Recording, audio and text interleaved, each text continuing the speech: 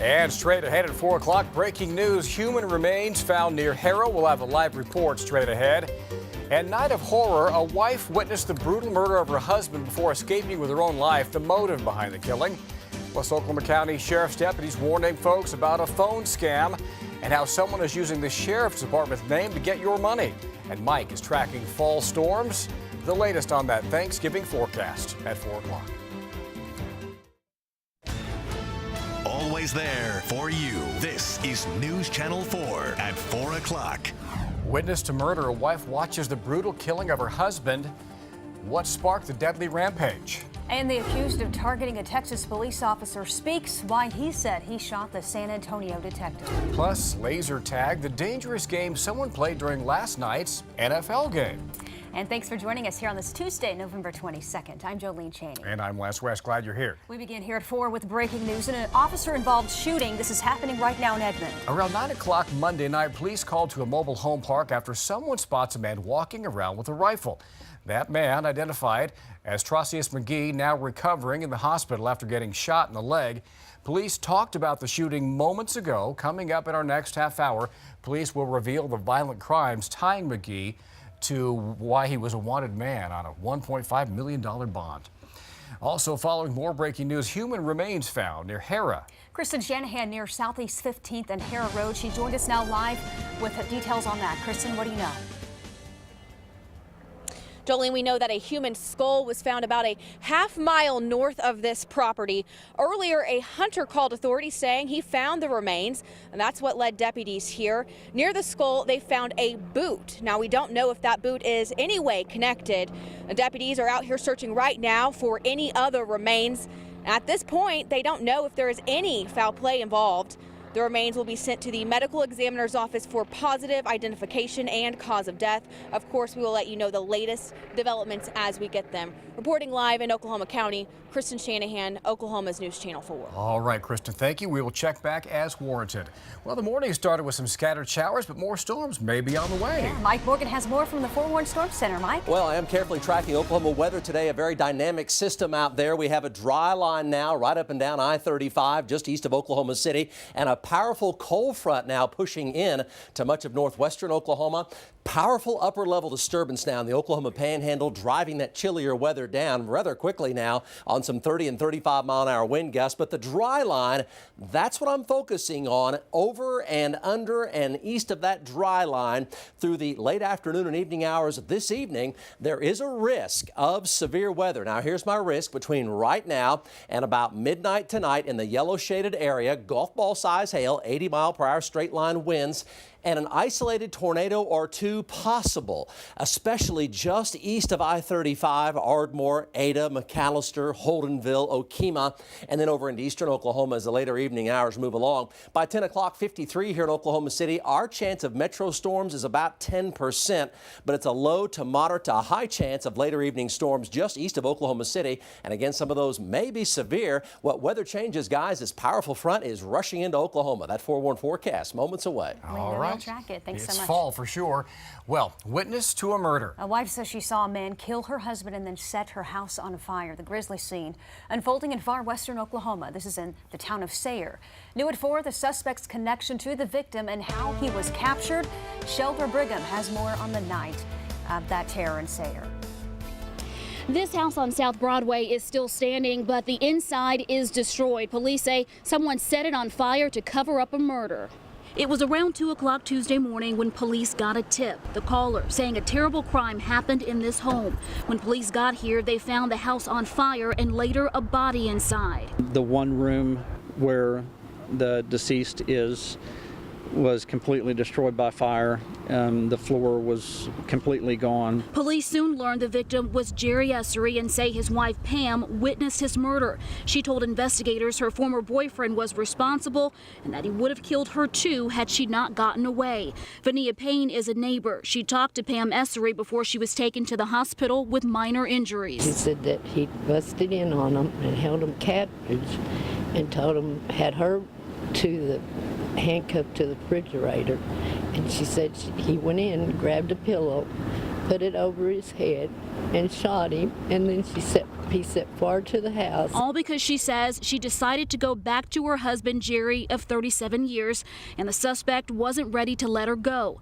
Police aren't releasing the name of the suspect right now, but say he is in custody. He was found near the house in an alley inside his vehicle. He was unconscious. There didn't appear to be any type of wounds to him. But how he became unconscious, we're not sure yet. In Sayre, I'm Sheldra Brigham, Oklahoma's News Channel 4. All right, Sheldra, thank you. A lot more on this story at 5 o'clock. The victim's son talks about the loss of his father and the life lesson that he says he will never forget. And warning here, there's another phone scam alert catching folks off guard. Police are getting a lot of calls from folks claiming to be from the sheriff's department. The scammer tells the victim they have been fined for missing jury duty or for a warrant. The caller goes on to say to avoid any more penalties, the victim needs to purchase a money card like Green Dot or PayPal. Don't do it, folks. It is a scam. The sheriff's office tells us they will never solicit fine payments over the phone. Well, if you do get a phone call like this, do not give out any personal information or make a payment by phone, but do call the Oklahoma County Sheriff's Office and make a report. Right now, federal investigators trying to figure out what caused a deadly bus crash that killed 5 young children in Chattanooga, Tennessee. The bus driver arrested overnight facing charges as police say speed played a factor in that deadly crash. The investigation into what happened, here's NBC's Sarah Rosario. More than 18 hours after this bus crash took the lives of 5 young children, people stopped to watch as the wreckage was pulled away from the scene.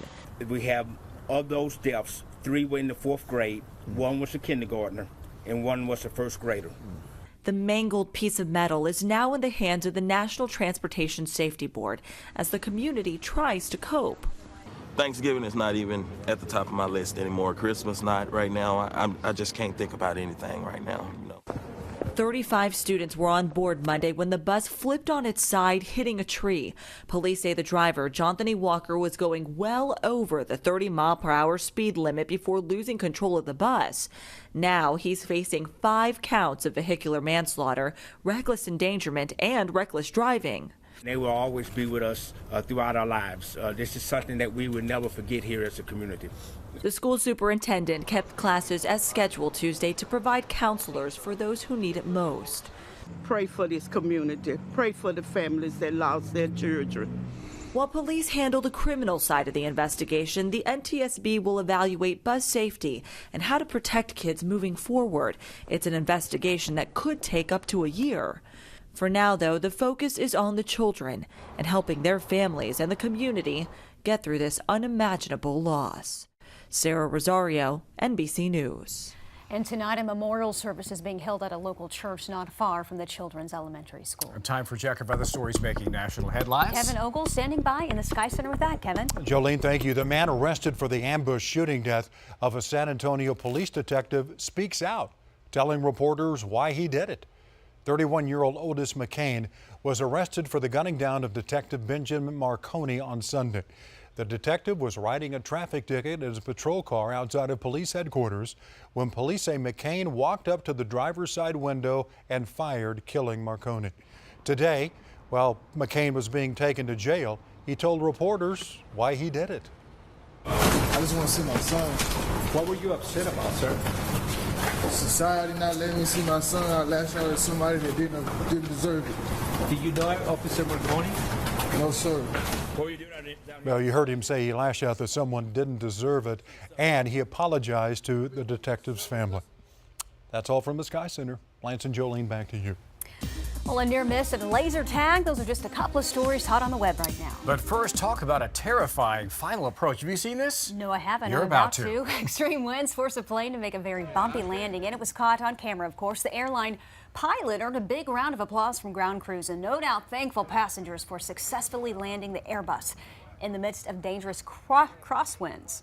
Now, footage of the incident was captured by an airport employee. As you can see, the plane was on final approach, shifting heavily in the wind, even pitched down before correcting and sticking the landing. Unbelievably, no reports of any injuries during that shaky landing. Good job. Well, that was a close call, but not as close as this one here. A terrifying video captures a police chase in Pittsburgh that ends with a police car spinning out of control, narrowly missing a group of teens on a street corner. That cruiser was chasing a stolen car when it was hit by another vehicle, sending it careening past the onlookers. Luckily, The teenagers were not injured. As for the driver of the stolen car, well, he got away. Well, there was a bit of controversy last night during the Raiders' 27-20 win over the Texans in Mexico City. It wasn't with the plays or the players, but a laser tagging Texas. Looking closely here at the field on the run, green flashes can be seen on the Texan running back. Then again on the quarterback right there. The slow motion video shows the laser point at the QB's eyes during a pass play. The source of the laser disruption was unfortunately never found. That can be dangerous. And Ellen DeGeneres denied access to the White House. She tweeted this photo of herself after she was not allowed inside. The reason? Well, she didn't have her ID. Have to have ID to get into the White House, making things a little awkward. DeGeneres scheduled to be honored at the White House today. She's one of 21 individuals getting the nation's highest civilian honor, the Presidential Medal of Freedom. Well, never fear, Ellen did finally make it past the White House security, though, tweeting this video with the text, "I'm in." Looks like folks are doing another mannequin challenge there. By the way, DeGeneres joins SNL creator Lorne Michaels, actors Robert Redford, Tom Hanks, and Robert De Niro, as well as basketball legend Michael Jordan, among some other greats. Still need your ID. All right, Heather Holman joins us now with what else is trending. Talking about Kanye. It hasn't been a great week for rapper Kanye West. The rapper has been hospitalized for exhaustion. The health scare coming just days after West ended his concert in Sacramento after performing 2 songs and going off about Hillary Clinton, Google, Facebook, Beyonce, and Jay-Z. The next night, he canceled his show in LA, then his remaining tour. Monday afternoon, West, seen here in Happier Times with his wife Kim, was rushed to the hospital after police received a disturbance call from his home. Gossip website TMZ is reporting West is undergoing a psychiatric evaluation and had been seeking treatment for severe sleep deprivation. Friends and fellow artists tweeted in support of West, including rapper Ninth Wonder, who said he's been knowing the brother upwards of 13 years. He says mental healing is a serious thing no matter what. Stay strong, Kanye West. Also from this musician, Janelle, she says praying for Kanye, praying he has the right energy surrounding him during this time, sending peace and love. Fans who bought tickets to West's canceled shows will be refunded their money. That's a look at what's trending. Back to you. Sounds like he needs some well-deserved rest. Heather, thank you very much. Striking the right chord. Well, playing the piano, beating the drums, learning to sing, how music helps kids with autism and ADHD. And holiday hotline, time for celebrations, family and friends, of course, lots of food. Who do you call if you're in a bind? Not Ghostbusters. And ringing in the holiday, the bell choir that went above and beyond. What's behind this big ring? And in the spirit of the season, we'd like to know what you are thankful for. Share your thoughts, pictures with us on Facebook, Instagram, or on Twitter. Use the hashtag #ThankfulFor, and then look for your comments coming up in the next couple of days. You're watching the 4 o'clock news on News Channel 4 with Lance West, Jolene Chaney, and Mike Morgan. News Channel 4, always there for you. Help for Autism tops today's health check. Playing the drums, tickling the ivories, belting out a tune, there's evidence music can help kids with autism and ADHD. A study out of Mexico followed 23 healthy children for 9 months while they took music lessons. MRI scans showed changes in the brain in the form of increased fiber connections. Now, prior research has linked ADHD and autism to decreases in those connections. Researchers are now working with kids affected by autism and ADHD to see if music can help bridge the fiber connections. And that's all in today's Health Check. Today's Forewarned Forecast is sponsored by Newcastle Casino. Now, here's Oklahoma's leading meteorologist, the Forewarned Storm Team's Mike Morgan. Well, we appreciate you checking in with us today. Important information from the Storm Center. There is a risk of some severe weather in parts of our state today, and I'm going to show you exactly when and exactly where in Oklahoma I think that severe weather may be a threat. Let's go ahead and check in. Our storm trackers, we've got them kind of out and about today, and it does feel like spring out there, doesn't it? Oklahoma spring could be late April outside. We are way up in the 70s in much of central Oklahoma. Some folks are even approaching 80 again today. 73 right now here in Oklahoma City. Look at the wind. Southwesterly 22, gust to 32. The dry line just moved through Oklahoma City. It's now on the eastern sides of the metro area. Temperatures upper 60s to to lots of mid-70s. It is a windy day. There is a bit of blowing dust out there. So here's the setup, and it's important because these are the puzzle pieces to the severe weather brew that moves in time and space that may generate some supercell thunderstorms into the evening hours. You have a cold front here, cold air rushing into northwestern Oklahoma. Then you have warm, dry air between the cold front and the dry line, the yellow line here. And under and east of the dry line, it is more humid. It is a little bit more unstable, and there may be a risk of some severe weather. 50s to upper 70s for temperatures. Now take a look at the Oklahoma wind. You can tell it is mixing in motion here. We've got some chillier weather plunging into northwestern Oklahoma right now, and a strong southwesterly wind and a strong southerly wind tapping that moisture from the Gulf of Mexico. And we have a powerful upper level disturbance up here in the Oklahoma Panhandle. There's some rain-snow mix right now out west of Guyman, where it's in the mid to upper 30s right now, not including a wind chill. And then ahead of the dry line, moisture coming up from the Gulf of Mexico. We have some showers and a few thunder showers in the southeastern Oklahoma, but it's right here near this clearing line. Notice just east of Oklahoma City, down to about Norman, down to about Comanche and Duncan, and then down to east of Wichita Falls. That's the dry line, so there's a risk of severe weather, conditions favorable to generate supercell thunderstorms if they develop into the very late afternoon and evening hours. So here's my risk. It is a slight risk, meaning a few are possible severe thunderstorms. If they do develop, I think the timeline here is around 6 p.m. to 9 p.m. Golf ball size hail, 80-mile-per-hour straight line winds because the jet stream's right over us, and isolated to a few tornadoes possible. It would be quite rare, but not impossible in mid-late November to get tornadoes. Now, here's the high-resolution model for 7 o'clock. You see the actions right here down to the east and south of Ardmore, potentially back to near Ada and even up toward Holdenville. After about 9 p.m., most of this will start to shove to the east, and during the overnight hours, the risk of severe weather presses into eastern Oklahoma, and there they go. These northwesterly winds kick in, chillier weather builds in behind the cold front. Tomorrow, a much cooler day, and we'll have mostly sunny skies. Temperatures will be a mix of 50s and 60s for daytime highs. So back to a little November reality coming up for tomorrow. So some areas of chilly rain in the Panhandle this evening, and it's a 10% chance of a storm on the east and south sides of the metro until about 9 p.m. But the probabilities climb quite a bit for thunderstorms the further east you go from the metro this evening.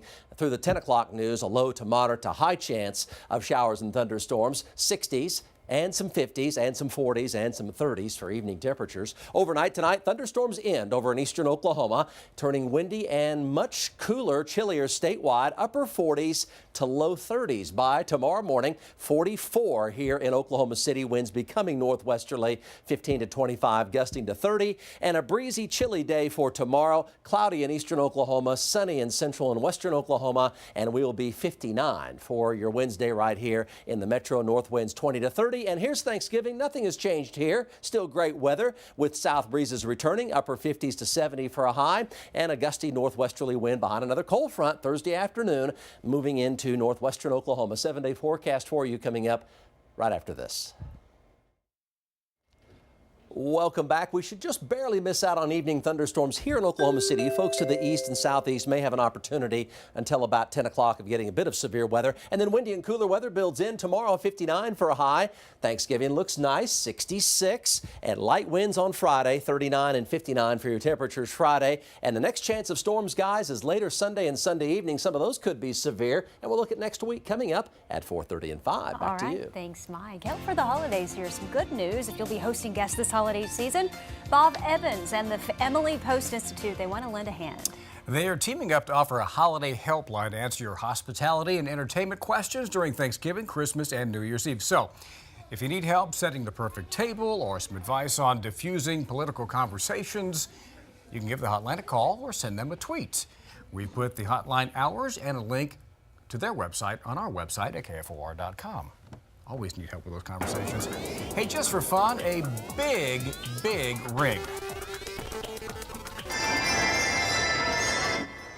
664 handbell musicians literally rang in the holiday season by breaking the world record for the largest handbell choir performance ever. It was done at Minnesota's Mall of America to help kick off the Salvation Army's annual Red Kettle campaign, and Guinness was on hand to verify the feat. The performance successfully eclipsing the previous record of 530 handbell performers set in Japan just 3 years ago. And under construction here, the state capitol getting a facelift. A progress report coming up in our next half hour. And Pottawatomie County is calling him their most wanted. His particular set of skills that make authorities consider him very dangerous. Coming up at 5 o'clock. All right, who's ready for Thanksgiving? Well, let's see. Nope. No. I think there's something you might be forgetting. Well, it's something you'll want for the feast and the table. We're going to show you how to create your own. Watch. And this. They deserve it. Children spending their holidays in a hospital, getting a surprise visit today, and we were there to help. Plus a dangerous fugitive captured in Edmond, the gunshot that finally brought his run from the law to an end. Coming up next.